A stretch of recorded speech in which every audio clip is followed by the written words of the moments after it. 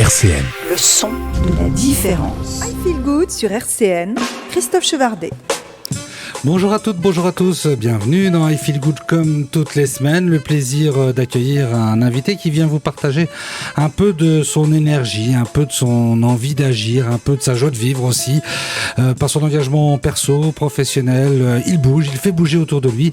Cette semaine, j'ai le plaisir d'accueillir Julien Le Goff. Bonjour Julien. Bonjour Christophe. Dites-moi, secrétaire général de la préfecture, sous-préfet de l'arrondissement de Nancy, comme ça, pof, ça fait pas le mec sympa a priori, quoi. Enfin, voilà, quoi, ça fait le mec serviteur de l'État, éventuellement, fonctionnaire d'État, ça, assurément. Ça, c'est un choix de vie, c'est un choix de métier que vous avez eu, une vocation. Comment vous définissez Alors, votre... ça fait pas sympa, merci de m'inviter quand même, du coup. Mais c'est vrai que dit comme ça, et c'est la fonction qu'il veut, il y a un côté un peu rigide, statutaire, ça représente la préfecture, l'hôtel de la préfecture, le lieu où on exerce certains pouvoirs, donc c'est pas fait pour faire rire à première vue. Et puis c'est un métier qui va avoir une vocation, parce qu'il y a des moments formidables, on est amené à rencontrer plein de personnes différentes. On touche du doigt toutes les réalités sociales et économiques. Et puis tous les jours, je pense qu'on se dit qu'on découvre des choses très intéressantes. Et puis il y a des côtés qui sont beaucoup moins amusants. Quand on est exposé aux accidents de la vie, à des morts, à des blessés, ou tout simplement à des problèmes qui peuvent paraître parfois insolubles et qu'on ne sait pas trop comment prendre. Voilà.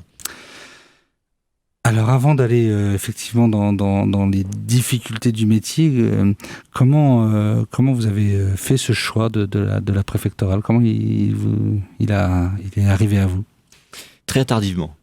Très tardivement, j'ai commencé comme ingénieur. Je sors d'une école d'ingénieur. Avant cela, j'avais l'intérêt du service de l'État ou du service de mon pays. Et sortant d'école d'ingénieur... une belle école d'ingénieur. Hein. Ouais, une belle école d'ingénieur dont on pourra parler, l'ENSTA, qui n'est pas forcément connue par son nom, du fait de ses évolutions. J'ai commencé à travailler en finance de marché, et puis comme j'étais encore jeune, il était temps de poursuivre, donc j'ai passé le concours de Sciences Po. Après Sciences Po, je suis entré à l'ENA. Quand je suis entré à Sciences Po, j'avais l'idée que je passerais le concours, mais j'étais absolument pas certain, évidemment, de l'issue. Et je connaissais rien au métier préfectoral à ce moment-là. J'étais plutôt intéressé par la diplomatie, les affaires étrangères, ou le sentiment un peu impressionniste du service de l'État. Et c'est en faisant le stage obligatoire en préfecture que j'ai découvert dans l'Indre le fonctionnement des services de l'État au niveau local. Et ça m'a beaucoup plu parce que c'était très concret avec encore une fois la possibilité de rencontrer les personnes avec leurs projets, avec leurs difficultés et de pouvoir potentiellement agir dessus. Alors comment on peut agir? Comment on peut agir en étant là pour réguler, pour appliquer les consignes, je pense beaucoup, hein, j'ai en tête bien sûr des choix un petit peu durs quand on voit la reconduite à la frontière. On est dans des situations humaines particulièrement compliquées. Comment on marie le job et puis ce qu'on a dans le cœur? Parce qu'on a un cœur. Oui, on a un cœur, au moins d'un point de vue organique, qui nous permet de respirer, de vivre. Après, il y a une partie, je vous disais, qui est pas évidente, qui est liée au régalien. Et on n'est pas là pour faire ce qu'on veut. On est là avant tout pour appliquer la loi. Donc là aussi, encore une fois, c'est un choix. Il y a toujours des limites. Mais pour répondre à la première question, comment on fait pour agir, déjà on rencontre les personnes et on écoute. C'est le préalable. Ça veut pas quand dire vous arrivez sur un poste, vous faites un peu la tournée des popotes. Il faut faire la tournée des popotes, mais quand quelqu'un vous expose son problème, il n'y a pas forcément de solution préconçue, sauf si vous avez déjà été confronté à la même situation. Mais il est rare de de trouver 2 fois exactement le même projet ou la même difficulté. L'écoute, rencontrer les personnes, c'est ce qui fait la différence entre parfois l'administration centrale ou les grosses administrations qui sont un peu éloignées, et ce que nous pouvons faire plus localement. Et c'est ce qui me plaît moi dans ce métier, même si parfois c'est un peu fatigant, l'impression de voir défiler les problèmes ou les personnes qui viennent solliciter un appui. Du boulot, quand même. Mais c'est l'essentiel du travail. Et en parlant, on essaie de comprendre. Alors il y a des choses qui peuvent se régler parfois très très très facilement dans l'application réglementaire. Parce qu'elle est complexe, les gens ne rendent pas toujours très bien, ou ça nécessite des interventions, ça nécessite de pouvoir lever certains freins, certaines barrières, et cela à tous les niveaux, que ce soit parfois des particuliers qui dans leurs droits ont l'impression de ne pas être suffisamment soutenus, ou d'avoir une paroi entre eux et l'administration, de ne pas se voir reconnus leurs droits, ou alors s'agissant d'entreprises, d'associations qui veulent développer des choses formidables et qui ne savent pas concrètement comment faire pour acquérir un terrain, construire un bâtiment, financer l'acquisition d'une machine ou de matériel, ou simplement pouvoir recruter du personnel. Donc de temps en temps, le rôle de facilitateur, le maillot de facilitateur, vous l'endossez quand même, vous avez le sentiment de pouvoir encore l'endosser aujourd'hui et de pas seulement être l'arbitre, le régulateur, l'homme de l'interdit. Moi, c'est ce que je préfère dans ce métier. Après, on jongle de toutes les manières avec des règles. Encore une fois, on applique la loi. Il y a ce qui est interdit, il y a ce qui n'est pas, donc qui par définition est autorisé. Et puis on a encore une fois la possibilité, on a dans notre main un certain nombre de moyens qu'on peut déployer pour soutenir les projets des collectivités ou des associations, des entreprises. Je crois que le plan de relance dernièrement, à la sortie de la crise sanitaire, nous a donné cette faculté. C'est ça qui a été passionnant dans la période que nous avons traversée. Après, pour répondre à la deuxième partie de votre question, il est évident que il y a des décisions qui sont douloureuses à prendre, parce que elles vont à l'encontre de ce que souhaitent les personnes qui en font l'objet. Vous parliez des reconduites à la frontière, il n'y a pas que ça. Évidemment, ici on parle beaucoup des reconduites à la frontière, c'est certainement une particularité en Meurthe-et-Moselle, et ça s'attache beaucoup au métier de secrétaire général, qui exerce entre guillemets la police des étrangers. Quand je dis police, c'est pas au sens de l'interpellation, mais c'est le droit des étrangers en France. Cette police administrative a un droit particulier.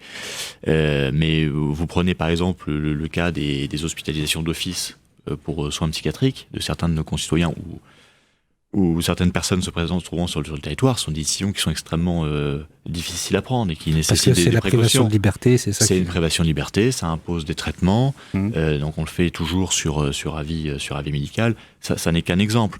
Les rétentions ou les suspensions de permis de conduire, autre exemple, pas par plaisir que vous allez retirer un permis de conduire, quoique parfois, quand on s'aperçoit de certains comportements sur la route, on le fait bien volontiers. Sans hésiter. C'est parfois quand je dis c'est pas par plaisir, c'est parce que mine de rien, vous retirez pendant 4 ou 6 mois le permis de conduire d'une personne qui a fait une bêtise sur la route et qui est inacceptable. Potentiellement, c'est une personne qui va avoir du mal à aller au travail tous les jours et qui peut perdre son emploi pour cette raison. Donc il y a toujours des décisions qu'on prend administrative dans l'exercice de notre prérogative, du pouvoir qui nous est confié. Il y a toujours une prise en compte des situations personnelles, et c'est la raison pour laquelle chaque cas est particulier et donne lieu à un examen approfondi. Pour les étrangers, en situation pour le coup irrégulière sur le sol national et dans notre département, les reconduites à la frontière font partie des mesures qui sont humainement difficiles et qui nécessitent un examen tout particulier des situations. Déjà parce que nous sommes dans un état de droit, que tout ça est contrôlé, vérifié par les juridictions, et c'est normal, mais aussi parce que ça a des conséquences extrêmement importantes sur la vie des personnes, quand vous éloignez des familles. Et évidemment, vous avez des enfants qui n'iront plus à l'école en France et qui vont se trouver arrachés parfois du milieu dans lequel ils ont grandi. Dans d'autres cas, on a beaucoup moins de scrupules, et je vous le dis très clairement, quand vous avez des délinquants ou des fauteurs de troubles, qu'il s'agit de reconduire à la frontière ou des sortants de prison, pour le coup, ces décisions-là ne heurtent pas autant la conscience qu'on peut avoir dans la mise en œuvre de ces prérogatives. Et quand ça heurte la conscience ou quand ça heurte tout simplement aussi le droit, la législation, l'expérience que vous pouvez avoir sur le terrain, est-ce que vous avez la possibilité ou le sentiment d'avoir la possibilité vis-à-vis de faire remonter, c'est-à-dire parce que vous êtes quand même un petit peu en première ligne en représentant de l'État sur le territoire, quoi.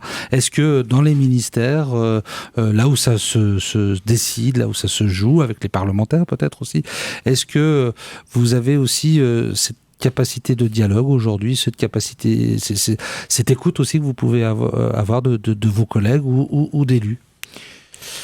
Alors, ça se passe comment et ça se passe où? Il y a toujours la possibilité de faire remonter, d'ailleurs ça fait partie du métier, de faire remonter à l'administration centrale, enfin surtout au gouvernement, parce que nous sommes nommés en Conseil des ministres, de faire remonter des points d'attention, des points d'alerte sur ce qui fonctionne ou ce qui ne fonctionne pas. Ça, on le fait régulièrement. Il y a un exercice qui s'appelle la remontée d'informations, un exercice synthétique, et c'est une fois toutes les 2 semaines, donc la possibilité de...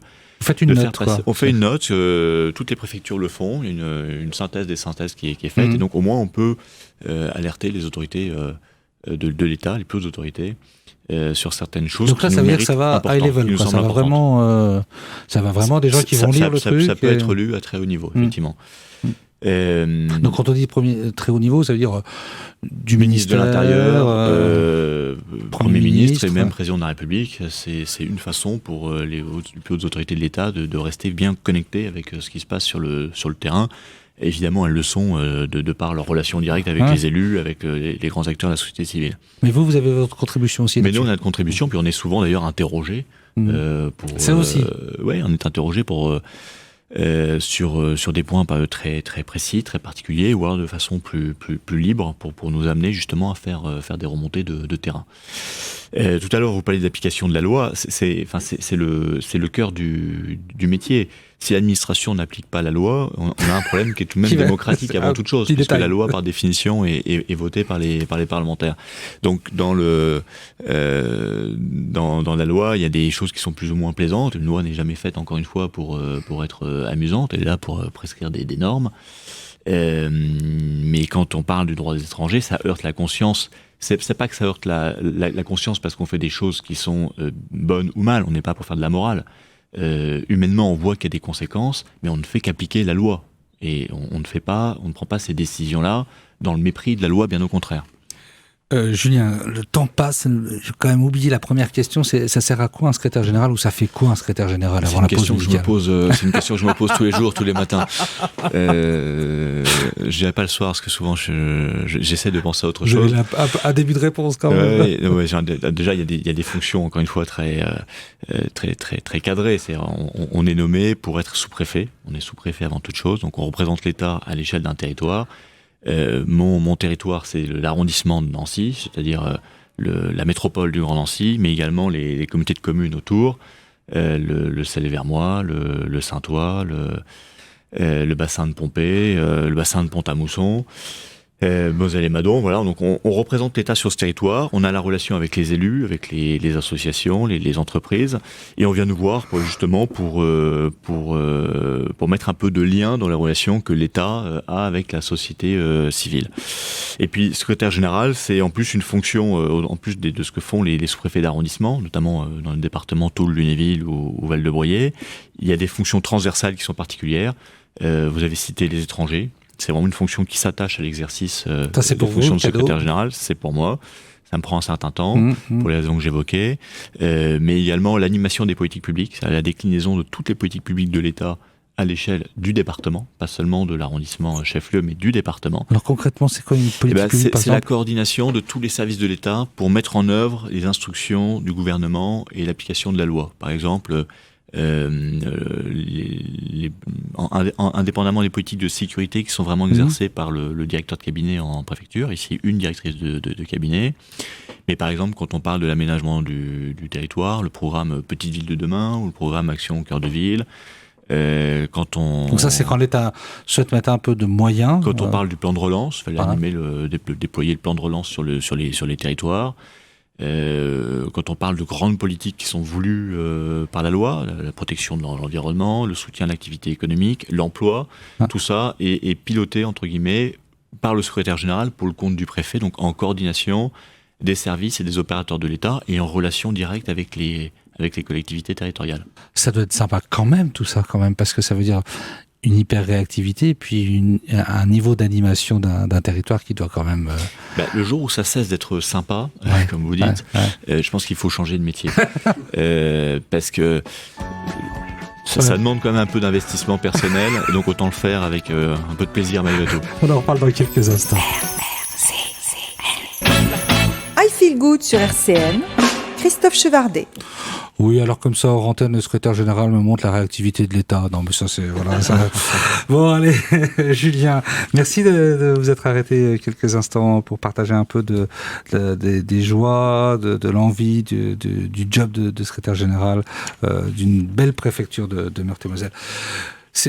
On peut voir un côté sympa, pourtant, vous avez quand même un peu la caricature, quand une école d'ingénieurs, Sciences Po, l'ENA, vous êtes passé par l'ENA. Non, mais à quoi ça sert, l'ENA ? Par feu, l'ENA. Ça sert à former les gens qui vont servir l'État.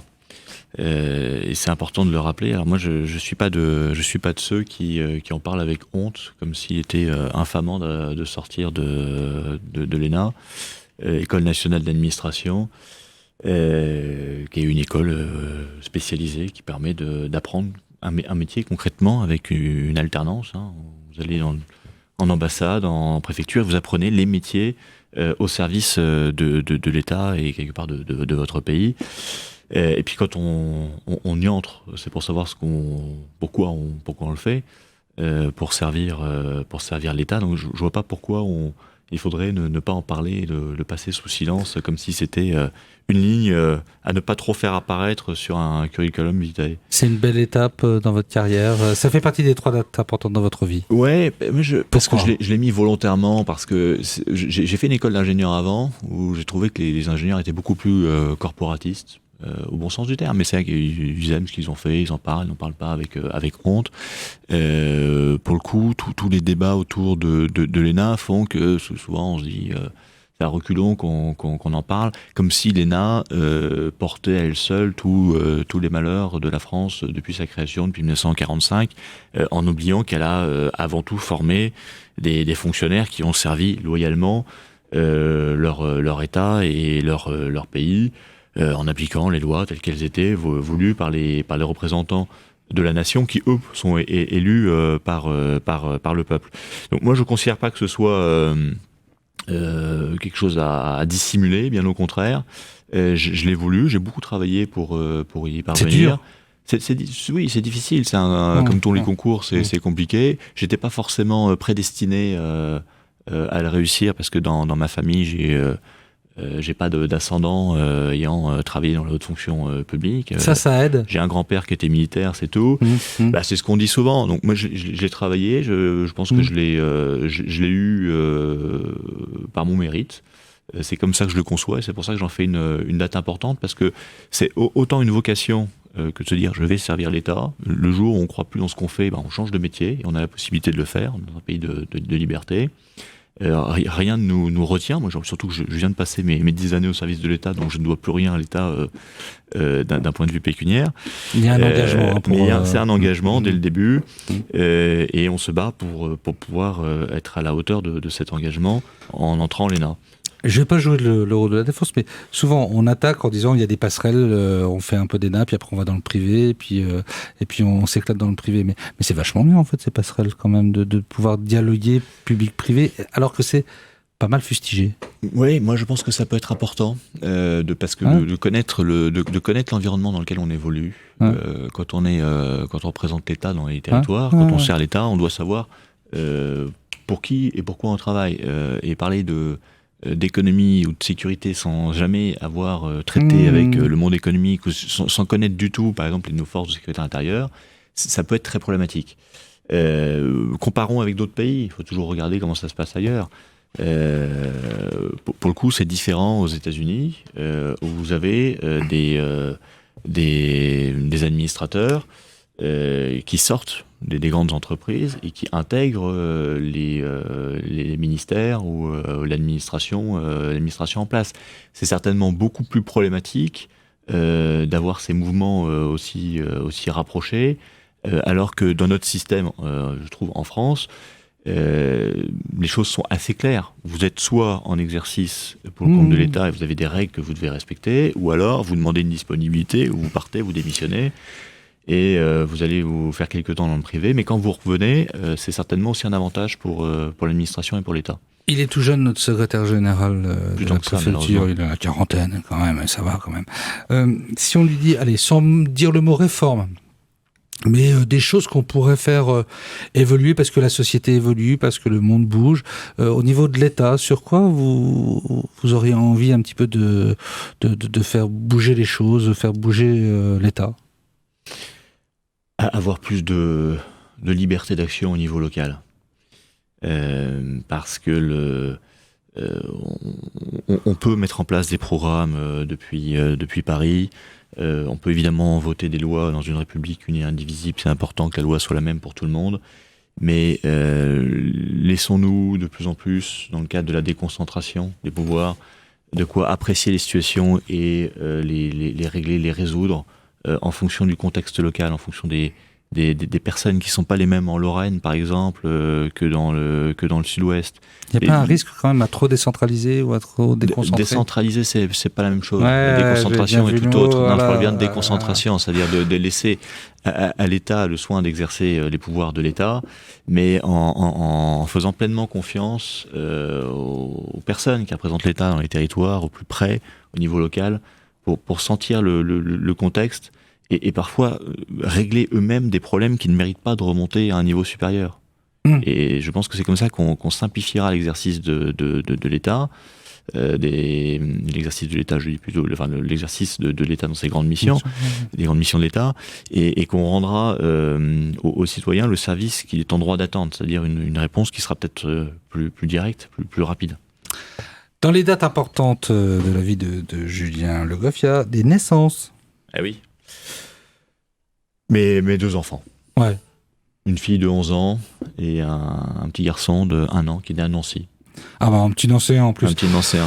Là, donc on a les J'ai des enfants qui sont de la région Grand Est. Moi j'ai grandi en région parisienne, mais ma fille est née à Strasbourg et mon fils à Nancy. Donc oui, je suis quand même ça promet un bel avenir. Très implanté en Grand Est.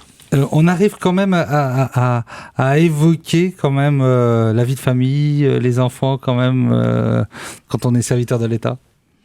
Il faut avoir une coupure. C'est pas toujours évident. Mais j'essaye. C'est pas toujours évident. Ma femme me le reproche assez souvent. D'ailleurs, je m'étonne qu'elle m'ait pas essayé de m'appeler 10 fois pendant notre émission. Mais non, il faut arriver à avoir une coupure. Il s'agit pas de déconnexion, parce que quand on représente l'État, il y a une permanence. Et donc les maires, tout le monde vous appelle tout le temps pour vous demander de répondre, de réagir, de donner des éléments d'explication ou d'intervenir pour régler un problème. Mais on est organisé de telle façon qu'il y a toujours un sous-préfet qui est de permanence, et quand on ne l'est pas, même si on coupe jamais le téléphone, c'est une question de priorité. Et quand on passe du temps avec ses enfants le soir ou le week-end, il faut pas toujours, je pense, les interrompre quand ils vous parlent, parce que papa doit répondre au téléphone et s'occuper du travail. Autrement, ils peuvent très mal le ressentir, et je pense qu'on rate des moments qui sont importants dans la vie d'une personne, en l'occurrence dans la vie d'un homme, et qu'on regrette par la suite, qu'on doit regretter amèrement. Je pense que d'ailleurs on fait mieux son métier, qui demande beaucoup d'engagement, qu'on a le cœur serein et qu'on n'a pas de remords dans son foyer. Ça veut dire quelques règles un peu strictes pour y arriver à ça, à tenir ? Les règles strictes, moi j'ai tendance à considérer qu'on s'adapte en permanence. C'est surtout un certain nombre de principes et de juger ce qui est prioritaire à chaque instant. Donc ça tombe bien, nous avons Madame Le Goff au téléphone. Non, on n'a pas fait ce coup-là, Ah, vous auriez pu. Troisième date importante. Wow. Elle est plus austère, celle-ci. Ah, celle-ci. Elle est plus austère. Ouais. 1943. 1943, enfin, je sais plus, je crois que c'était le 26 janvier. J'en parle parce que j'aime beaucoup l'histoire, donc partie des dates auxquelles je réfléchis en ce moment pour plusieurs raisons. Vous m'auriez interrogé il y a quelques mois, il y a une année, j'aurais peut-être pas sorti cette date-là, mais parce qu'on parle souvent de nos difficultés aujourd'hui. Et votre émission, c'est qu'il faut rester positif, et pour rester positif, je vais reprendre ce que dit ma fille souvent, faut voir les choses de façon positive. on peut les voir de façon négative. Elle a ce moral que j'admire. C'est qu'elle a une tournure d'esprit qui fait qu'elle cherche toujours à voir ce qui est positif dans la vie ou dans chaque événement ou dans chaque épreuve. On se compare, on a vécu le Covid, on vit des difficultés sociales, les choses ne sont pas évidentes tous les jours pour nous, pour nos concitoyens, on le voit bien, on en est conscient. Mais malgré tout, quand on se met un peu en perspective de ce qu'on a connu, ce que notre pays a traversé, on peut être amené tout de même à se dire qu'on est moins malheureux aujourd'hui que nos aïeux l'ont été, notamment en 1943. Ce qui m'avait beaucoup marqué pendant qu'on gérait la crise sanitaire, c'était des élèves qui disaient, à juste titre, que c'était difficile de passer des examens dans ces conditions. Je me souviens de ma grand-mère qui passait son bac sous ses épreuves pendant les bombardements. Voilà, il y a toujours, sans vouloir dramatiser en permanence et reléguer les difficultés qui nous sont relatées aujourd'hui, sans vouloir les minimiser, il y a toujours une façon de se dire qu'à un moment donné, on est passé par plus difficile et qu'on s'en est sorti. Et cette date est importante aussi parce que au moment où la nuit était certainement la plus sombre, c'est l'œuvre de l'intelligence humaine. C'est la création des mouvements unis de la résistance. Ça arrive début 1943. On sait que tous les réseaux se sont créés et qu'ils avaient plein de raisons de ne pas arriver à s'entendre. Et moi, je préfère, et c'était l'œuvre d'un préfet, Jean Moulin, je préfère que quand on va face à la difficulté, on soit intelligent, qu'on fasse œuvre d'intelligence commune, collective, et qu'on arrive à se rapprocher autour de l'essentiel. Et quand ils se sont rapprochés autour de l'essentiel, c'était la résistance face à l'occupant, et quelque part se mettre sous la bannière du chef de la France libre, général de Gaulle, parce que c'était certainement celui qui était à même, et tout le monde commençait à le comprendre, le plus à même d'incarner la France résistante. Merci pour cet instant de résistance, merci pour ce partage de passion, de dévouement et d'amour. RCN, www.rcn-radio.org